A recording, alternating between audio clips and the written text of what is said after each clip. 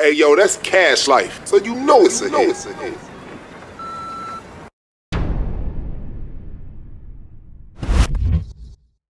BigVader, welcome to Lua Lua. Appreciate you coming on. What's going on? How you doing?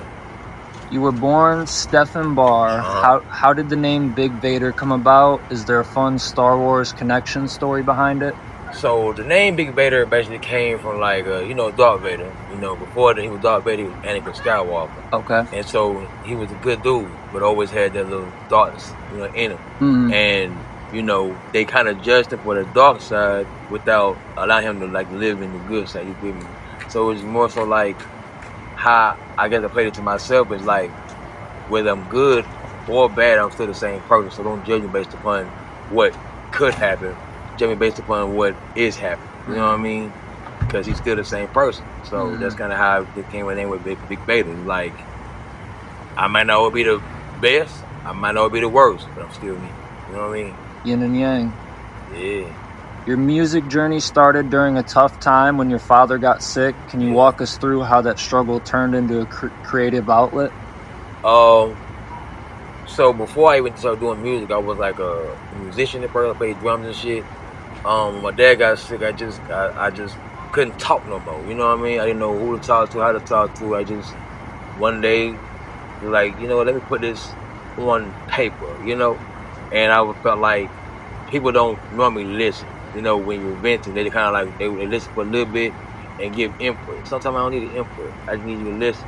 So I used the pain that I felt from my pops, put it to paper, and I just talked to the paper, talked to the phone. That's kind of helped me get through a lot. That's how I was able to deal with, my dad and all that stuff and make a name for myself.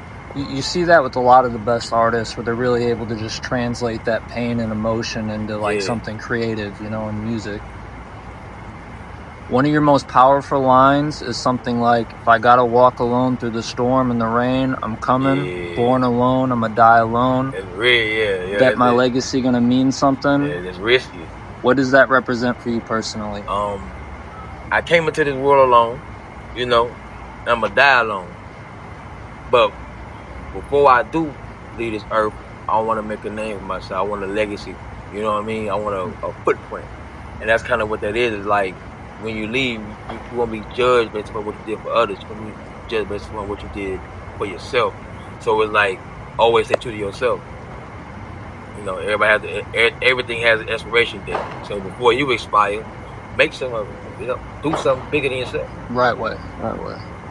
You emphasize bringing unlimited energy and being unapologetically yourself, even if you don't fit the mold. What experiences taught you the importance of authenticity?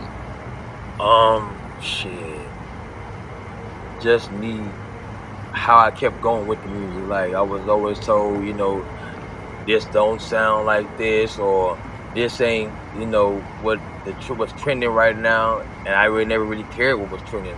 I always stay true to myself, and that's kind of what it was. It's like, even if you don't like it, I like it. You know what I mean? So it's like, I just put it all to pretty much that. I just remained myself, remained humble, and kept pushing.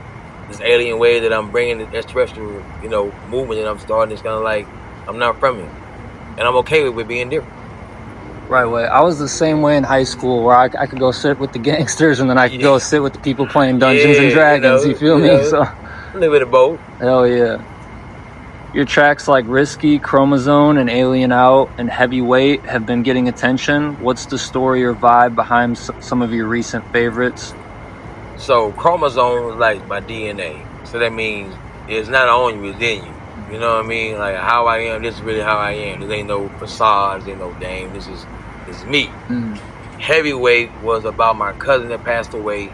He was a real big influence. You know what I mean? He's really the reason why I kept going, because I had a lot of dark times where I felt like I wanted to give up, and he never judged me based upon my fuck-ups or my mistakes. He kept, he stayed behind me. You know what I mean?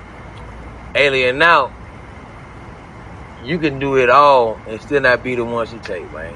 So Alien Out is basically like, no matter what you do, no matter how you do it, if a person doesn't want to, lock in with you, they won't. So the best thing you can do is lock in with yourself. That's my personal favorite is the Alien Now. I got that in my playlist. So yeah. Alien Now on all platforms. Go check it out. And Chromosome and Heavyweight on all platforms. Right away. You don't want to miss it. Your sound blends raw emotion and with high energy. Who are some of your biggest influences and how do they show up in your music? Well, DMX, because my voice is, it was a dope ass lyricist, you know what I'm saying? He explained everything like to the T. Wayne was the first Martian alien to ever do it, you know what I'm saying? Oh, yeah. And Tentacion. R.I.P. All the introverts, the people who felt weird, he made it okay. You know what I'm saying? A little nigga running. But he made it to where you don't have to fit the mold to be who you are. You just being you is the best thing you can do. You don't gotta be nobody else. Authentically, genuinely, unapologetically be yourself. And those are my influences. I put all them together and, you know, that's what I ran with. You've got an album like Alien Transformations and singles dropping. What's your creative process like? Do you write or just freestyle in the studio? I write it all. Right. Like, I'm an emotional type of lyricist. So it's like whatever mood or vibe I was in when I wrote it is what you're going to be in when you hear it. And that's just my process. If I hear a beat, I might not even get the song or the lyrics until like a week or two later. But I don't rush, you know, there's no process. I feel like the best music you can do is real, authentic, genuine. That's real. Yeah, facts. What's one song or project you've been most proud of so far and why? I can't even lie, bro. When I did Risky in 2023, when I dropped Risky, I got 1.2 million streams. When I hit that mark, it let me know that this shit really ain't out of reach. You know what I'm saying? Like, you can do it, you put your mind to it, you know what I'm saying? And Chromosome, because by DNA, I really am an alien. I'm extraterrestrial. You know, I'm here for a reason or a season. It just depends on the person. What's the Nashville hip-hop scene like right now from your perspective, and how does it compare to other places? The Nashville hip-hop scene, we have one, but it's definitely growing. We're not united enough. You know, unified, we're not that. And so, you know, divided, we're going to always fall. I feel like if we ever, like, take the opportunity to really get unified on this shit and come together, man, Nashville going to blow the fuck up. Because there's some dope-ass artists that's in Nashville. Whether folks say it isn't or not, it really is. But as long as we keep the hate going and, you know, not support one another, we'll never get nowhere. BigVader, welcome back to Lua Lua, part 2. Good to be back, man. Part 2. You know what I'm saying? We inside, no mosquitoes, no noise, just how I like it. Way better, way better. Alright, from the top. Any standout collaborations, local artists, or movements in your city that have impacted your career? Man, locally I want to give a big shout out to 615 Exclusive, official I-6, man, because that really like started my climb here in the Ville. Like, Bird platform is ideal. Like, any independent artist in the Ville that want to get a name, get some recognition, you gotta hit that official I-6, man. You know what I'm saying? But if it wasn't for him, I probably wouldn't have the kind of name I have right now in the Ville. So, yeah. I mean, that's definitely how I got in tune with your music. I was just scrolling IG, seeing that. I was like, this shit going crazy. It was Alien Out. So it's my slap. It was my slaps, man. As an independent artist building momentum, what challenges have you faced in Nashville's music industry, and how have you pushed through? Man, I say one of the main like obstacles was getting over the fact that not everybody gonna like your music. You know what I mean? Like, my music is extraterrestrial, it's different. So like, there's a lot of like real, you know, grungy, hardcore rap that's going on in the Ville, and my rap really isn't like that. It's more so like targeted to people who are trying to push through depression and shit like that. So it's kind of like just knowing that staying true to myself and shit. You feel me? That's like the main thing. So your music seems to resonate with people who feel different or are grinding through their own storms. What message do you hope for listeners to take away? Unapologetically stay your fucking self, bruh. Do not switch. Do not fold. Don't conform, nigga. Be you. You can be yourself 100%, like, way better than being somebody else. And I think that's the problem. Even if your shit ain't trending, as long as you like it and you agree with it, brother, that's what matters. Right, that's what matters. You're aiming for big streaming goals in your debut music video. Yes, sir. What does success look like for you right now? Man, I'm close to the door, dog. Like, I went from not known to underrated, and then from underrated to overrated. So, you know what I mean? It's kind of like I'm just teeter-tottering. I'm trying to find my spot, but success looking real good, dog. I feel like by the end of this year, going to next year, I'll be in everybody's TV or the radio. Whichever one come first. Definitely. If you could collab with any artist, dead or alive, any genre, what would it be and why? DMX, you know what I'm saying? R.I.P. one of the greats, bro, because my nigga was cold, bro. You know what I'm saying? He got the voice, whereas I got the same voice, but he told the story, had substance, you know what I mean? So definitely DMX. And the first alien, Wayne. The first to ever do it, dog. Me and Wayne get on the track, it's through. It's done.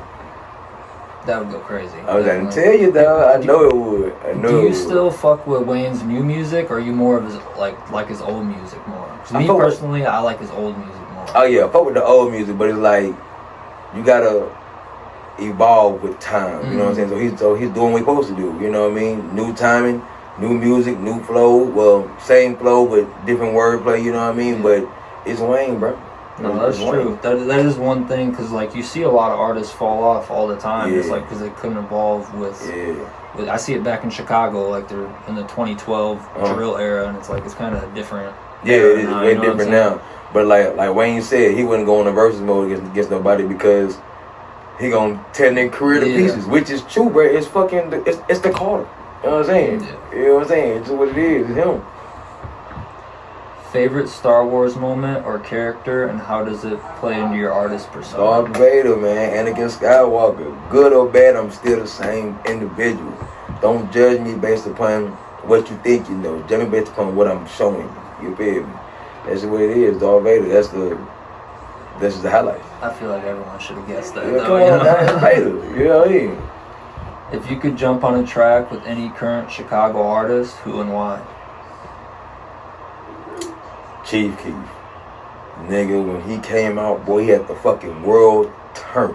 No, and he still got the world turned. You feel me? So yeah, I hop on the track with Chief on God. Everybody loves Sosa. No, that's true. Everywhere I go, bro, every artist, like when I say Chicago, it's Sosa. It's just Chief, bro. Yeah. It's just, I'm saying, like, he did his big one, bro.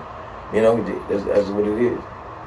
With Chief Keef making a big return to Chicago stages recently, what's your take on his legacy and how drill pioneers are still shaping? He was the first one to really start that drill shit off. You know what I'm saying? So it was only right that with him returning and him, you know, doing it a little different and switching it up, you know, it made sense. And I feel like he gonna do another wave switch to where everybody gonna get on that same wave again.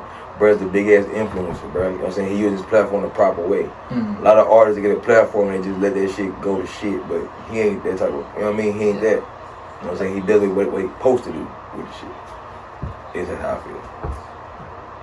Any advice for any aspiring artists in Nashville or elsewhere who are just starting out? If you're not ready to go insane for this shit, bro, don't do it. Bro, if you're not ready to go crazy for this shit, if you're not ready to lose friends, family, relationships, don't do this shit, bro, because that's what it takes. It takes undenying loyalty to this shit. Like, there's people who do this shit as a hobby and supposed to do this shit as a life, or as a path. This, for me, ain't no plan B. It's only plan A. Like, this is my plan. All my ducks is in this basket. You know what I'm saying?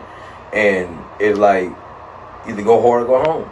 So any artist that's trying to start, make sure that this is really what you want to do, because not everybody blows up overnight.